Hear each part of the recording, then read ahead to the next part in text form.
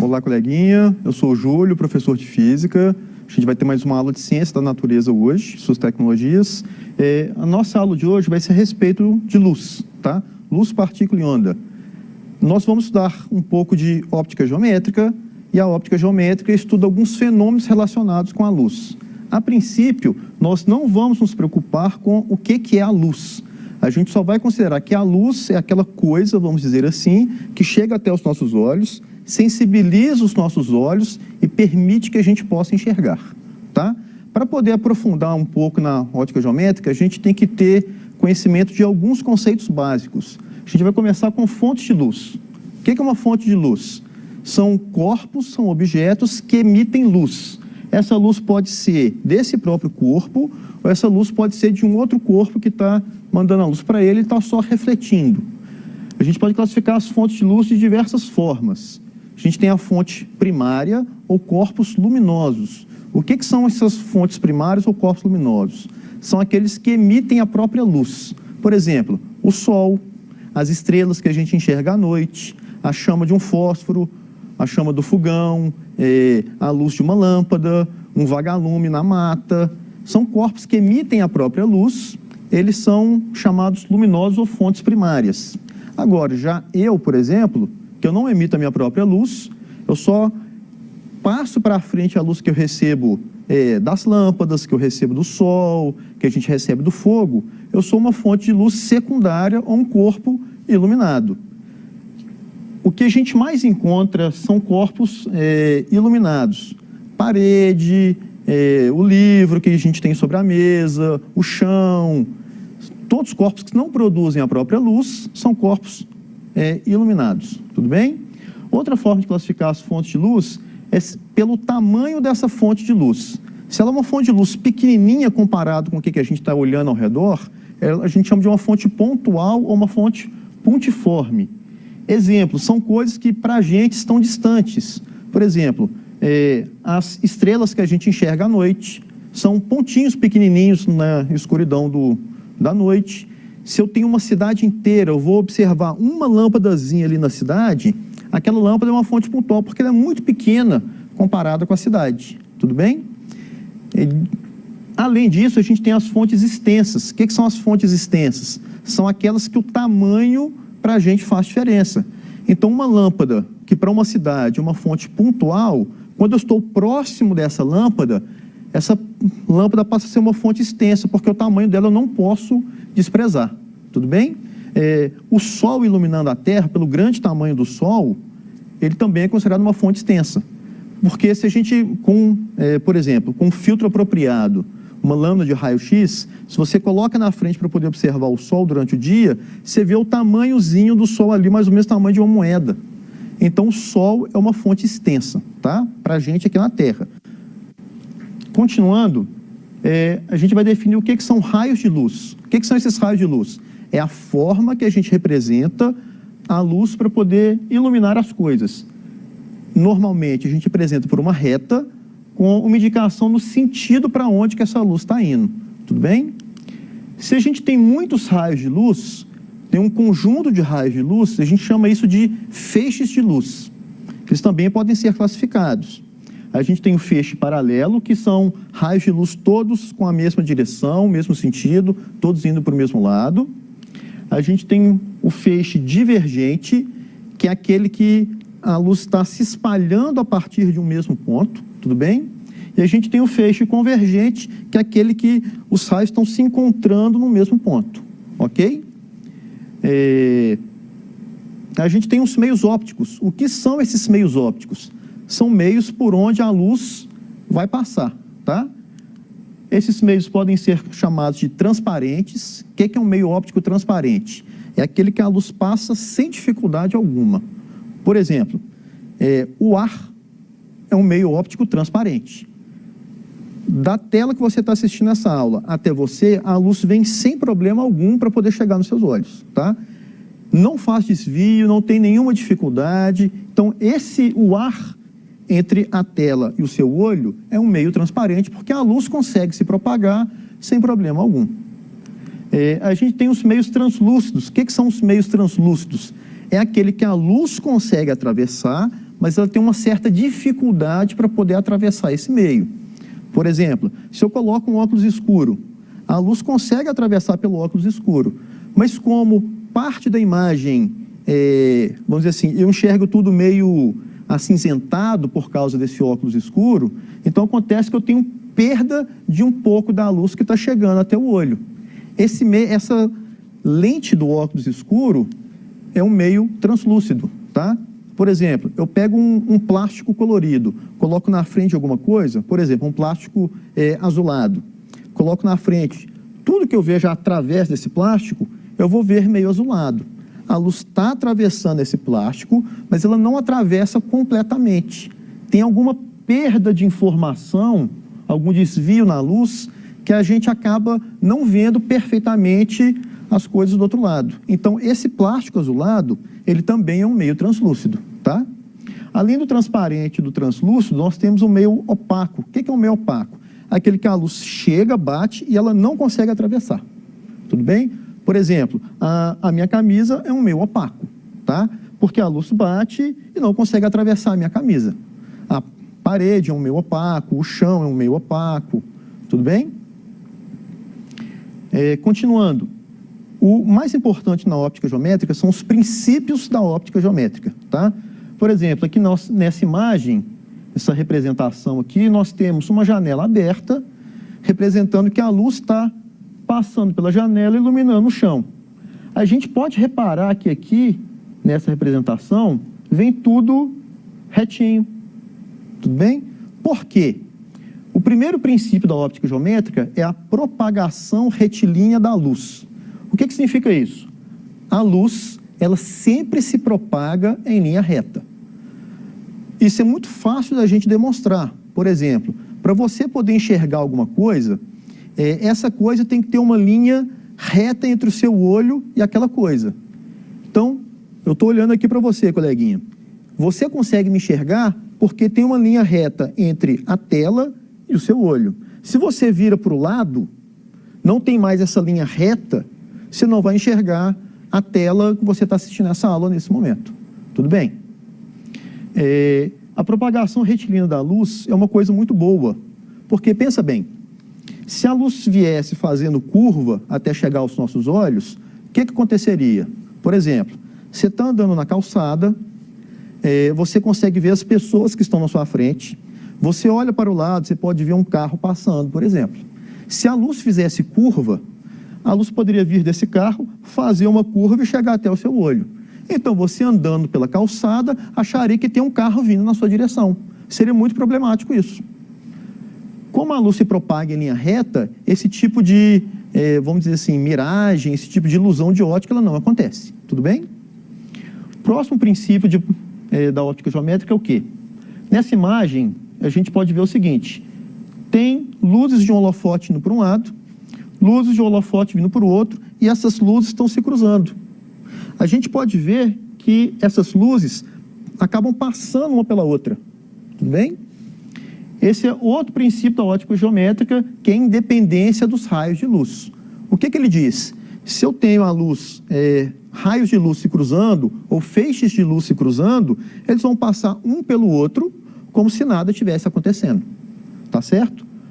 Ô Júlio, como é que isso acontece com a luz? Como é que ela vem, bate, e ela consegue passar para o outro lado, como se nada tivesse acontecendo? Ô coleguinha, isso só é possível porque a luz, ela é composta por energia.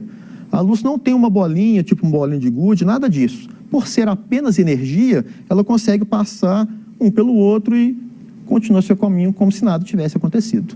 Tudo bem? Outro princípio da óptica geométrica, o terceiro e último. Vocês já repararam que quando você olha para um espelho, enxerga uma outra pessoa através do espelho, essa outra pessoa também consegue te enxergar através do espelho? Então, pensa bem, se você está enxergando essa pessoa através do espelho, é que tem luz saindo dessa pessoa, bate no espelho e vai até o seu olho.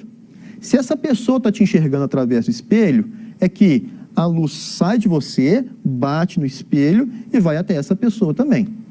Então, em determinado momento, esses raios de luz estão passando um por dentro do outro o caminho inteiro, ok? Nessa imagem aqui, a moça dirigindo está olhando o bebê através de um espelho. O bebê também consegue ver a moça que está dirigindo. Por quê? Por causa da reversibilidade dos raios de luz. O que isso significa? Se eu tenho um raio de luz, por exemplo, indo para a direita, ao mesmo tempo eu posso ter outro raio de luz indo para o lado contrário, o tempo inteiro, um passando por dentro do outro, sem problema algum. O caminho de ida da luz também pode ser o caminho de volta de outro raio de luz. Tudo bem? A respeito do conteúdo, é isso por enquanto. A gente vai ver uma atividade agora, a gente vai ver um exercício para poder tentar fixar esses conteúdos vistos até o momento. Então vamos lá. Uma pessoa grávida de 1,60 m de altura produz uma sombra de 80 centímetros de comprimento. Ao mesmo tempo, um prédio produz uma sombra de 20 metros de comprimento. A gente precisa calcular a altura desse prédio. Como é que a gente vai resolver isso, coleguinha? Quem está produzindo essa sombra, tanto do prédio quanto da pessoa, é a luz que vem do Sol. Pela grande distância que o Sol está da Terra, milhões de quilômetros, acaba que a gente pode considerar que a luz do Sol chega paralela até a Terra. Com isso, tem uma relação entre a sombra da pessoa e a sombra do prédio. Tudo bem? Como é que eu sugiro você a resolver qualquer que seja o exercício de física? Primeiro, faz um esqueminha, tá? Esse esqueminha pode ser um desenho, pode ser uma representação, não precisa ser nada muito elaborado. Então aqui, um esqueminha do prédio, um esqueminha da pessoa grávida, tudo bem? A gente vai ter a luz do Sol chegando, raios paralelos, tudo bem? E essa luz do Sol vai provocar a sombra no chão que a gente está representando aqui. Bem esquemático, não precisa nada muito elaborado, tá? Vou destacar partes importantes que a gente precisa saber. Destacar a altura do prédio e a altura da pessoa e destacar o comprimento da sombra do prédio, o comprimento da sombra da pessoa. Aqui a imagem está muito poluída, pode ter muita coisa atrapalhando. Vamos tirar o prédio e a pessoa. Vamos tirar a sombra. Eu vou cortar o excesso dos raios de luz. Só para poder simplificar o nosso exercício, a solução. Então, a gente tem aí dois triângulos. Eu vou mudar de lugar só para poder ficar mais fácil, tá? O que a gente tem agora? Esses dois triângulos, eu vou anotar as informações importantes da questão, tá? A altura do prédio a gente não sabe. O comprimento da sombra do prédio, a questão passou para a gente que é 20 metros. A altura da pessoa é 1,60 m. O comprimento da sombra da pessoa, a questão passou para a gente que é 80 centímetros. Tudo bem? Como as duas alturas são verticais, como as duas sombras são horizontais e como os raios de luz que vêm do Sol são paralelos, a gente tem que esses triângulos, eles são semelhantes. Então, a gente consegue resolver essa questão por semelhança de triângulo, tá? Só que uma coisa que a gente não pode esquecer é que sempre que vai resolver a questão, a gente tem que tratar com unidades de mesma grandeza. Nós temos metro e centímetro. Ou a gente precisa passar tudo para metro, ou a gente precisa passar tudo para centímetro. Eu prefiro passar tudo para metro, tá? Quando você for resolver na sua casa, se quiser passar tudo para centímetro, não tem problema algum. Só que você vai achar essa altura aqui em centímetros. Como eu estou passando tudo para metro, após a solução, a gente vai achar essa altura aqui em metros. Tá bem? Como eu havia dito, a gente pode calcular essa altura do prédio por semelhança de triângulos. Tá? Como é que a gente faz a semelhança de triângulos? Tem diversas maneiras de fazer essa solução por semelhança de triângulos. Uma delas eu vou pegar a altura do triângulo grande, vou dividir pela altura do triângulo pequeno, e essa relação é a mesma da base do triângulo grande sobre a base do triângulo pequeno, tá? Vamos voltar aqui só para poder observar. A altura do triângulo grande sobre a altura do triângulo pequeno. E base do triângulo grande sobre a base do triângulo pequeno. Tem outras maneiras de fazer a semelhantes triângulos. Eu poderia fazer a altura do triângulo grande sobre a base do triângulo grande e a altura do triângulo pequeno sobre a base do triângulo pequeno, tá bom? Quando você for resolver na sua casa, você pode escolher a forma que você achar mais fácil, sem problema algum, tá bem? Continuando.